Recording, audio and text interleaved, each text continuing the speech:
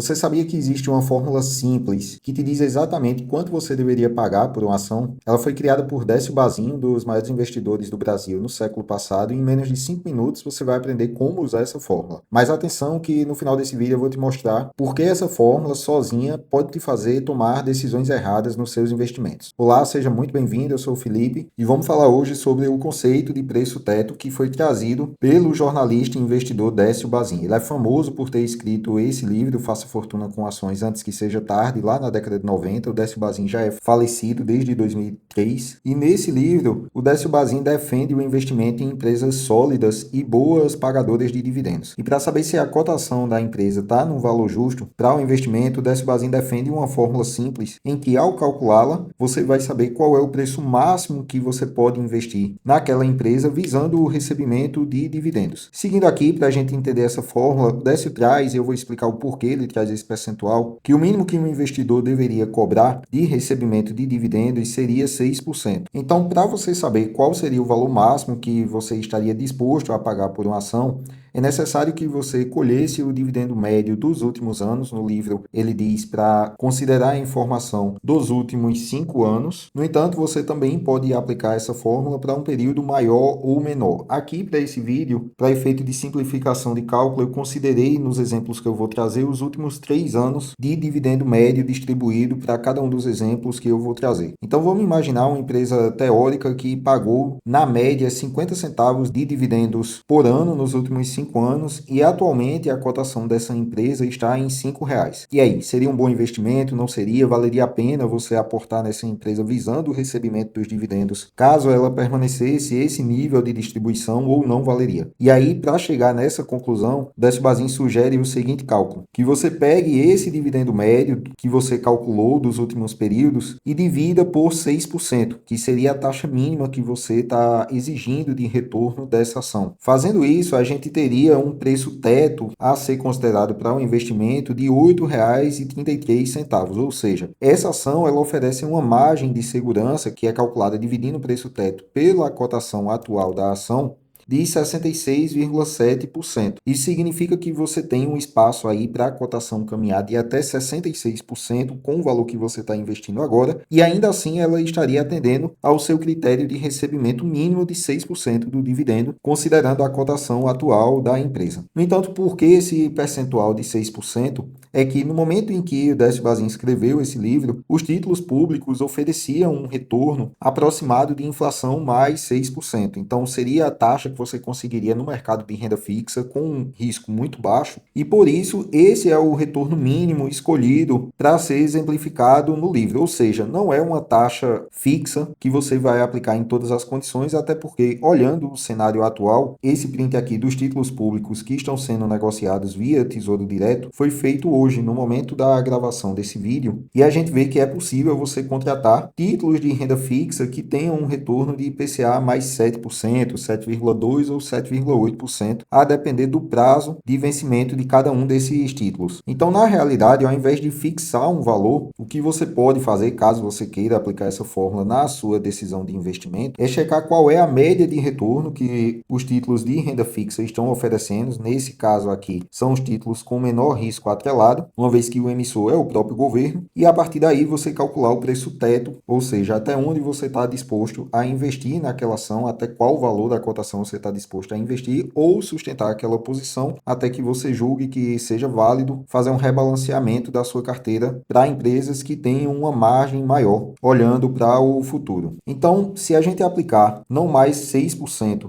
mas sim os 7% que a gente encontra aqui nos títulos públicos, naquele mesmo exemplo que a gente viu na imagem anterior, a gente teria um preço teto para essa ação de R$ 7,14, diferentemente dos R$ 8,33, quando o retorno exigido era de apenas 6%. Logo, se o preço teto é menor, a gente também tem uma margem menor, que só relembrando, o percentual da margem que você tem atualmente é fruto da divisão entre o preço teto que você encontrou e a cotação cotação atual da ação que você está analisando. E aí, ainda assim, você pode ter critérios pessoais para exigir um retorno ainda maior. Então, se for o caso de 8% para esse mesmo exemplo, o preço teto seria de R$ 6,25, o que, como a gente acabou de ver, representaria uma margem ainda menor, considerando a cotação atual de R$ 5,00, ou seja, a margem para um retorno mínimo de 8% nesse exemplo teórico seria de 25%. E, caso você tenha uma exigência de retorno ainda maior, na casa dos 9%, o seu preço teto seria de R$ 5,55, o que faria com que você teria uma margem, considerando o preço atual, de apenas 11%. Mais do que isso, eu acho difícil que seja cobrado, embora a gente tenha o histórico de ações que tenham um dividend yield superior a 9%, mas não seria a regra do mercado e estaria fugindo do padrão que a gente comumente vê. No entanto, para além do histórico dos dividendos, ainda que você considere 5 anos, 7 anos ou 3 anos, na verdade também é válido que você considere o dividendo projetivo para a empresa que você está analisando, uma vez que o histórico de distribuição passada não é uma garantia de que ele permaneça imutável no futuro, ou seja, uma empresa pode ter passado por eventos extraordinários em que possibilitou a distribuição de caixa maior, o que vai aumentar o histórico de dividendos distribuídos, mas para o futuro a projeção seja de menores pagamentos aos seus acionistas. E para você saber qual é o dividendo esperado para uma determinada ação, você tem que ver através dos resultados e dos documentos que a empresa divulga qual é o critério que eles utilizam para o cálculo do provento a ser pago. Comumente, as empresas utilizam o fluxo de caixa livre ou fluxo de caixa operacional gerado pela empresa durante um exercício, ou então o resultado do EBITDA, como é o caso da Vale e do Rio Doce, ou até o lucro líquido realizado de um determinado exercício, para em cima desses valores calcular um percentual e a partir daí fazer o que a gente chama de payout, que nada mais é do que os dividendos pagos ao longo de um exercício dividido pelo lucro líquido da empresa. Ou você pode também fazer esse cálculo considerando não o lucro líquido, mas sim a métrica utilizada pela empresa, que, como eu disse, pode ser o fluxo de caixa operacional, o fluxo de caixa livre, o EBITDA, para chegar no percentual que a empresa comumente distribui aos seus acionistas. Então, voltando para aquele caso teórico, vamos imaginar que essa empresa ela tenha um lucro por ação projetado na casa de 25 centavos e que essa empresa tenha um payout de 100% do seu lucro líquido, ou seja, o lucro total por ação vai ser distribuído aos seus acionistas. E aí depende de qual é o percentual que você vai exigir de retorno para cada uma dessas ações que você está analisando. Se a gente for utilizar o famoso percentual de 6%, o preço teto para essa ação seria de R$ 4,17. Ou seja, nesse caso, em que a cotação atual é de R$ 5,00,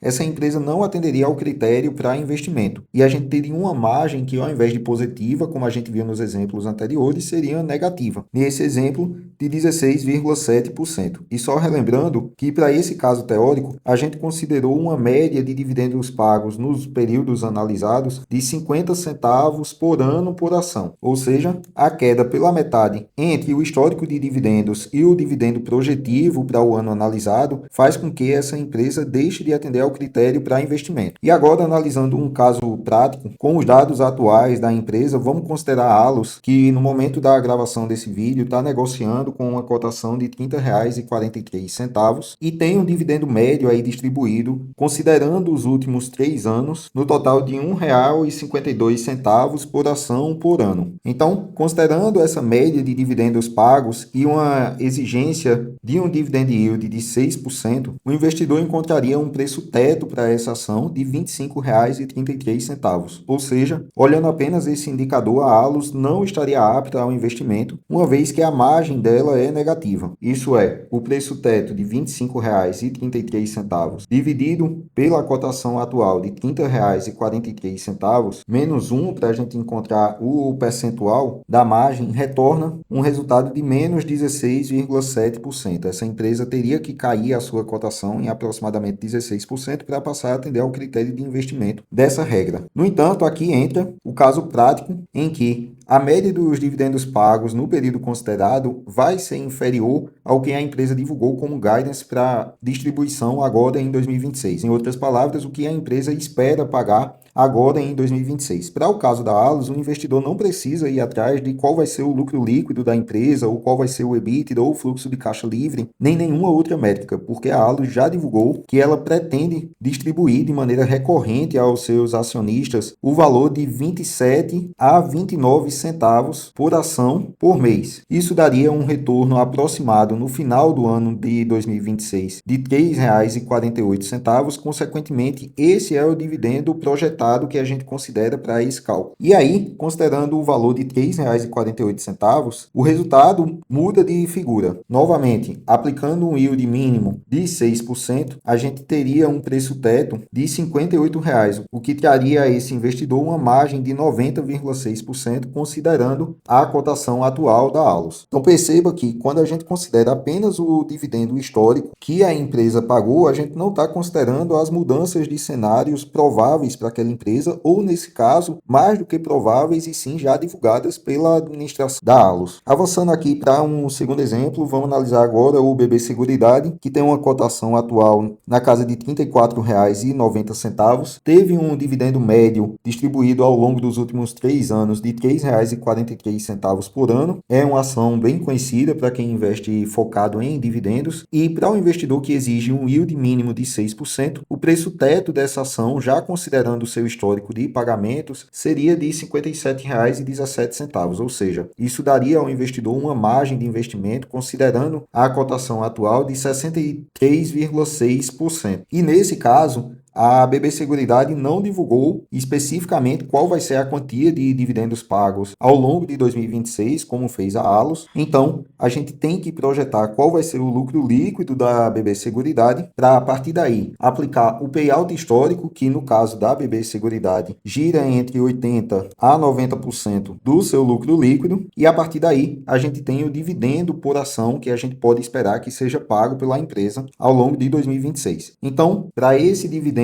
projetado de R$ 3,42, foi considerado que a BB Seguridade vai lucrar um total de 8,5 bilhões e que o seu payout vai ser de 85% desse lucro obtido. Considerando a quantidade de ações que a empresa tem, daria um dividendo projetado de R$ 3,42, e aí a gente tem um preço teto de R$ 57, bem próximo do que a gente já tinha obtido com a média dos dividendos pagos nos últimos 3 anos. De novo, diferentemente da Allos, que teve um cenário em que mudou considerando os dividendos históricos versus o dividendo projetivo, nesse caso a gente não tem alteração praticamente nenhuma. Tanto é que a margem, considerando os dividendos históricos, era de 63,6% e agora é de 63,1%, ou seja, praticamente nenhuma alteração. E só para destacar, essa projeção de 8,5 bilhões de lucro é considerando o guidance divulgado pela BB Seguridade para suas receitas nas suas principais atividades, e como eu disse, essa empresa apresenta um payout médio de 80% a 90%. Para fins de cálculo aqui, foi considerado um payout de 85%, que daria esses R$ 3,42 aplicados no lucro por ação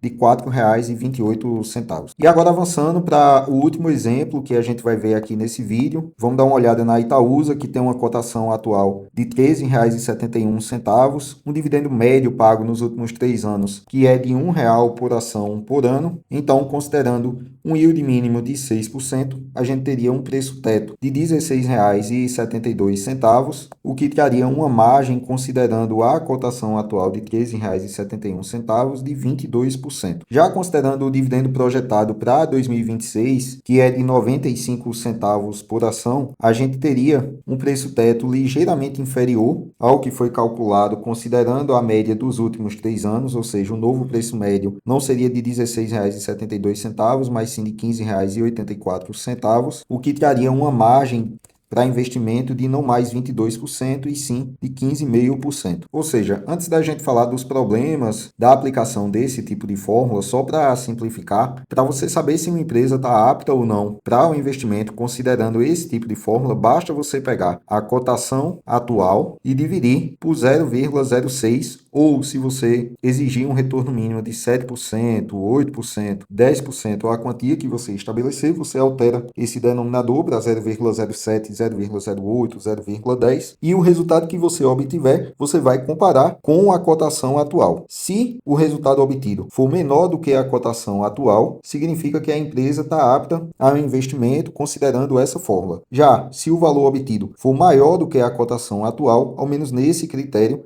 a empresa não estaria apta ao investimento. E agora, falando dos problemas da aplicação dessa fórmula, basicamente eles existem quando o investidor simplifica demais e usa a decisão de investimento apenas com base em um indicador. Nesse caso, esse problema não é aplicado apenas ao cálculo do preço-teto de uma ação, seguindo essa fórmula ou seguindo qualquer outra fórmula que você encontrar, como é aplicável também a qualquer outro indicador. O indicador ele não conta a história completa de nenhuma empresa nem nenhum investimento. É apenas um retrato ali de uma parte do que você deve considerar para investir e deve ser considerado juntamente com as demais informações que você deve estudar e pesquisar para decidir por um investimento ou não. Outro possível problema da aplicação desse tipo de fórmula é quando não se considera as mudanças de cenários que acontecem entre o que já aconteceu e o que é projetado para frente. Então, como a gente viu no caso da Allos, considerando os dividendos históricos dos últimos 3 anos, a média deles não seria suficiente para que atendesse aí o critério do preço-teto e, consequentemente, seria um investimento descartável. No entanto, quando você considera a mudança de política de pagamento de dividendos que a Allos propôs e vai tentar atingir durante o ano de 2026, esse investimento ele já se torna apto atendendo a esse critério. Ou seja, uma visão míope, considerando apenas o histórico e não o futuro, pode trazer resultados aí precipitados e errôneos para a decisão de um investimento. Outro problema que essa métrica traz é que você exclui as empresas que não pagam dividendos. Geralmente essas empresas elas estão focadas no crescimento, ou seja, é mais vantajoso no julgamento delas investir no crescimento próprio da empresa, investir nos seus próprios projetos do que entregar esse valor aos seus acionistas, porque investindo em si mesmo ela vai conseguir um aumento da sua receita, do seu EBITDA, do seu lucro, do seu fluxo de caixa e consequentemente ter uma valorização aí no mercado maior do que entregando esse caixa na mão dos acionistas. Um quarto problema que dá para citar é quando você não considera também a importância da análise qualitativa de uma empresa, ou seja, dos outros indicadores que fogem apenas dos números, quem é a gestão dessa empresa, qual o negócio em que ela está inserido, quem são seus concorrentes, quais são as defesas que essa empresa apresenta no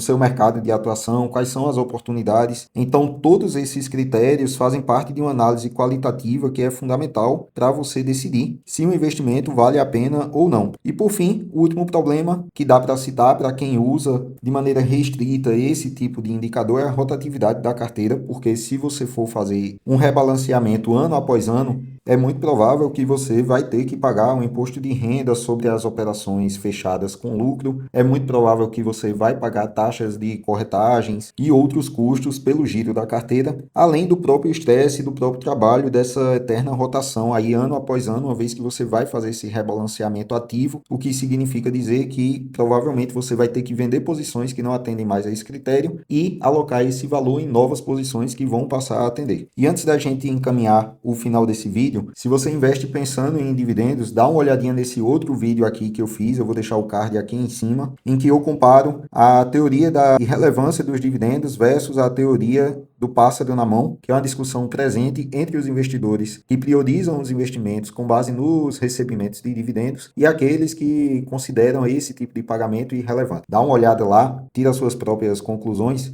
e comenta lá o que é que você acha dessas duas teorias. Mas ainda voltando aqui para o cálculo do preço-teto, ensinado pelo Décio Bazin, a gente pode considerar que ele pode ser, assim como os outros indicadores de preço-lucro, ROI, margem líquida, entre outros, como um balizador inicial para você decidir se vale a pena ou não estudar a fundo aquela empresa visando um investimento de longo prazo. Ou seja, ele seria como um filtro inicial em que você pode descartar algumas empresas que não interessam se você é um investidor que investe pensando no recebimento de dividendos, e da mesma forma poderia qualificar outras empresas para uma análise mais a fundo e com a maior prioridade, uma vez que ela atendesse a esse tipo de critério. E o segundo ponto de atenção que a gente tem que ter quando a gente considera o preço teto ensinado pelo Décio é que isso não é a mesma coisa do que o valor intrínseco de uma ação. Existem algumas formas de você calcular o valor intrínseco e eu vou apresentar aqui nos próximos vídeos quais são essas formas, mas o preço teto definitivamente não é uma delas e valor intrínseco é diferente do preço teto que a gente aprendeu a calcular nesse vídeo. Então é isso. Se você utiliza essa fórmula para calcular o preço teto das suas ações, deixa o comentário aqui embaixo, ou se você não utiliza, fala também por que você não gosta desse tipo de indicador e não deixa de se inscrever no canal e dar like nesse vídeo para ajudar na divulgação e para você não perder os próximos vídeos que eu vou divulgar por aqui, tá bom? Por hoje é só, valeu, um abraço, até a próxima.